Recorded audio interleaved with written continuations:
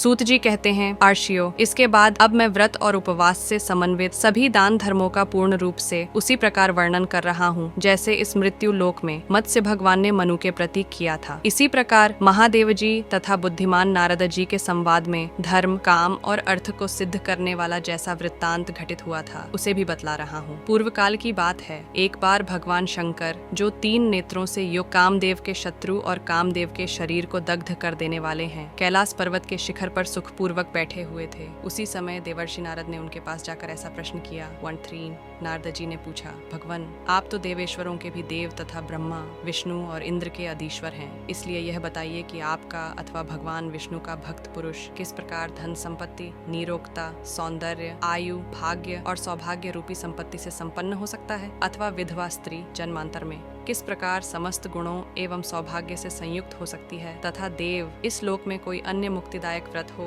तो क्रमशः उसे भी बतलाइए। छोर 5 ईश्वर ने कहा, ब्राह्मण, आपने तो बड़ा उत्तम प्रश्न किया, यह तो समस्त लोकों के लिए हितकारी है। नारद, जो सुनने मात्र से शांति प्रदान करने वाला है वह व्रत में बतला रहा हूँ, सुनो। नक्षत्र पुरुष नामक एक व्रत है जो भगवान नारायण का स्वरूप ही है। इस व्रत में चैत्र मास आने पर भगवान विष्णु के नामों का कीर्तन करते हुए विधि पूर्वक चरण से लेकर मस्तक पर्यंत की एक विष्णु की मूर्ति बनावे, फिर ब्राह्मण द्वारा स्वस्थिवाचन कराकर मूल आदि नक्षत्रों में क्रमशः भगवान विष्णु की उस प्रतिमा का पूजन करे। मूल नक्षत्र में विश्वधराय नमः, विश्व के धारक को नमस्कार है, यूं कहकर दोनों चरणों की रोहिणी नक्षत्र में अनंताय नमः, अनंत को प्रणाम है, कहकर दोनों गुल्फों की तथा अश्विनी नक्षत्र में वरदाय नमः, वरदाता को अभिवादन है, कहकर दोनों जानुओं और दोनों जंगाओं की पूजा करें। पूर्वाषाढ़ और उत्तराषाढ़ नक्षत्रों में शिवाय नमः, शिव जी को नमस्कार है, कहकर दोनों उरुओं की पूजा करें। पूर्वा फाल्गुनी और उत्तरा फाल्गुनी नक्षत्रों में पंचशराय नमः, 5 बाण धारण करने वाले को प्रणाम है, कहकर जन्नेन्द्रिय की पूजा करें।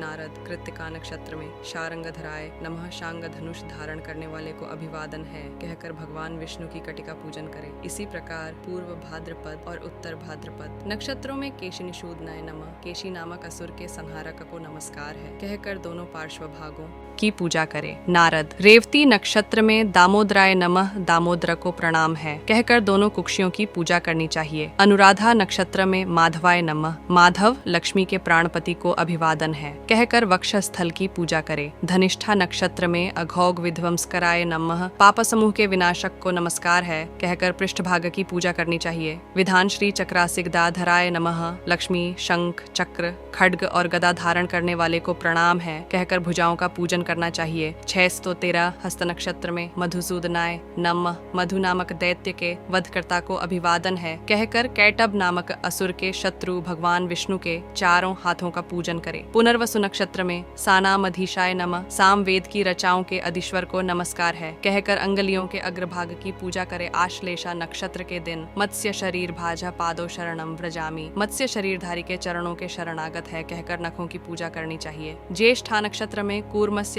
पादो शरणम व्रजामि, कर्म रूपधारी भगवान के चरणों की शरण में जाता हूँ, कहकर कंठस्थान में भगवान श्री हरि की पूजा करनी चाहिए। श्रवण नक्षत्र में वराहाय नमः, वराह रूपधारी भगवान को प्रणाम है, कहकर भगवान जनार्दन के दोनों कानों का भली भांति पूजन करे। पुष्य नक्षत्र में दानवसूदनाय नरसिंहाय नमः, दानवों के विनाशक नृसिंह रूपधारी भगवान को अभिवादन है, कहकर मुख की अर्चना करनी चाहिए। स्वाति नक्षत्र में कारण वामनाय नमो नमः, कारणवश वामन रूपधारी भगवान को बारंबार नमस्कार है, कहकर दांतों के अग्रभाग की पूजा करनी चाहिए। द्विजवर नारद, शतभिष नक्षत्र में भार्गवनंदनाय नमः, भार्गवनंदन परशुराम जी को प्रणाम है, कहकर मुख के मध्य भाग का पूजन करे। मधा नक्षत्र में रामाय नमोस्तु, श्री राम को अभिवादन है, कहकर श्री रघुनंदन की नासिका की भली भांति पूजा करनी चाहिए। मृगशिरा नक्षत्र में विपूर्णिताक्ष राम ते नमोस्तु, अतिरछी चितवन से युक्त राम आपको नमस्कार है, कहकर उत्तमांग रूप नेत्रों की पूजा। चित्रा नक्षत्र में शांताय बुद्धाय नमः, परम शांत बुद्ध भगवान को प्रणाम है, कहकर भगवान मुरारी के ललाट का पूजन करना चाहिए। भरणी नक्षत्र में विश्वेश्वर कल की रूपिणे नमोस्तु, विश्वेश्वर कल की रूपधारी आपको अभिवादन है, कहकर भगवान विष्णु के सिर का पूजन करे। आर्द्रा नक्षत्र में हरे नमस्ते, श्री हरि को नमस्कार है, कहकर पुरुषोत्तम भगवान के बालों की पूजा करनी चाहिए। व्रती मनुष्य द्वारा उपर्युक्त नक्षत्र दिनों में श्रेष्ठ ब्राह्मणों का भी भक्ति पूर्वक सम्यक प्रकार से पूजन करते रहना चाहिए। इस प्रकार व्रत के समाप्त होने पर जो संपूर्ण सद्गुणों से संपन्न, वक्ता, सौंदर्यशाली, सुशील और सामवेद वेद का ज्ञाता हो, ऐसे श्रेष्ठ ब्राह्मण को उस स्वर्ण निर्मित एवं मुक्ताफल, चंद्रकांत मणि और हीरे से खचित जलपूर्ण कलश में रखी हुई विशाल एवं लंबी भुजाओं वाली श्रीहरि की अर्चा मूर्ति का वस्त्र और गौ के साथ दान कर देना चाहिए। साथ ही पात्र आदि सभी सामग्रियों से युक्त शैया का भी दान करना चाहिए। इस प्रकार उस समय अपने पास जो कुछ भी दान देने योग्य वस्तु हो, वह सब अपने कल्याण के लिए उस ब्राह्मण को दान कर दे और उससे यूं प्रार्थना करे, ब्रह्मा, विष्णु और शिव स्वरूप अद्विजवर, आप हमारे मनोरथ को सफल कीजिए। स्वर्ण निर्मित लक्ष्मी सहित पुरुषोत्तम भगवान की मूर्ति का तथा ग्रंथि भेद रहित शैया का मंत्रोच्चारण पूर्वक सपत्नीक ब्राह्मण को दान करने का विधान है। उस समय ऐसी प्रार्थना करे, भगवन, जैसे विष्णु भक्तों को कहीं भी कष्ट नहीं प्राप्त होता, वैसे ही मुझे भी आपकी कृपा से सुंदर रूप, निरोगता और आप भगवान केशव के प्रति उत्तम भक्ति प्राप्त हो जनार्दन। जैसे आपकी शैया कभी लक्ष्मी से शून्य नहीं रहती श्री कृष्ण, वैसे ही मेरी भी शैया प्रत्येक जन्म में अशून्य बनी रहे। इस प्रकार निवेदन कर वस्त्र, माला, चंदन आदि सभी वस्तुएं नक्षत्र पुरुष व्रत के झाता ब्राह्मण को देकर व्रत का विसर्जन करना चाहिए। इस प्रकार सभी नक्षत्रों में उपवास करके एक बार तेल और नमक रहित भोजन करने का विधान है। वह भोजन शक्ति के अनुसार उपयुक्त होना चाहिए, उसमें कृपणता नहीं करनी चाहिए। इस प्रकार स्वयं विधि पूर्वक नक्षत्र पुरुष की उपासना करके मनुष्य इस लोक में सभी कामनाओं को प्राप्त कर लेता है और मृत्यु के पश्चात विष्णु लोक में पूजित होता है। साथ ही इहलोक अथवा परलोक में अपने अथवा पितरों द्वारा जो कुछ भी ब्रह्म हत्या आदि पाप घटित हुए रहते हैं, वे सभी नष्ट हो जाते हैं। इस प्रकार श्रेष्ठ पुरुष अथवा स्त्री जो कोई भी हो, उसे इस व्रत का पठन,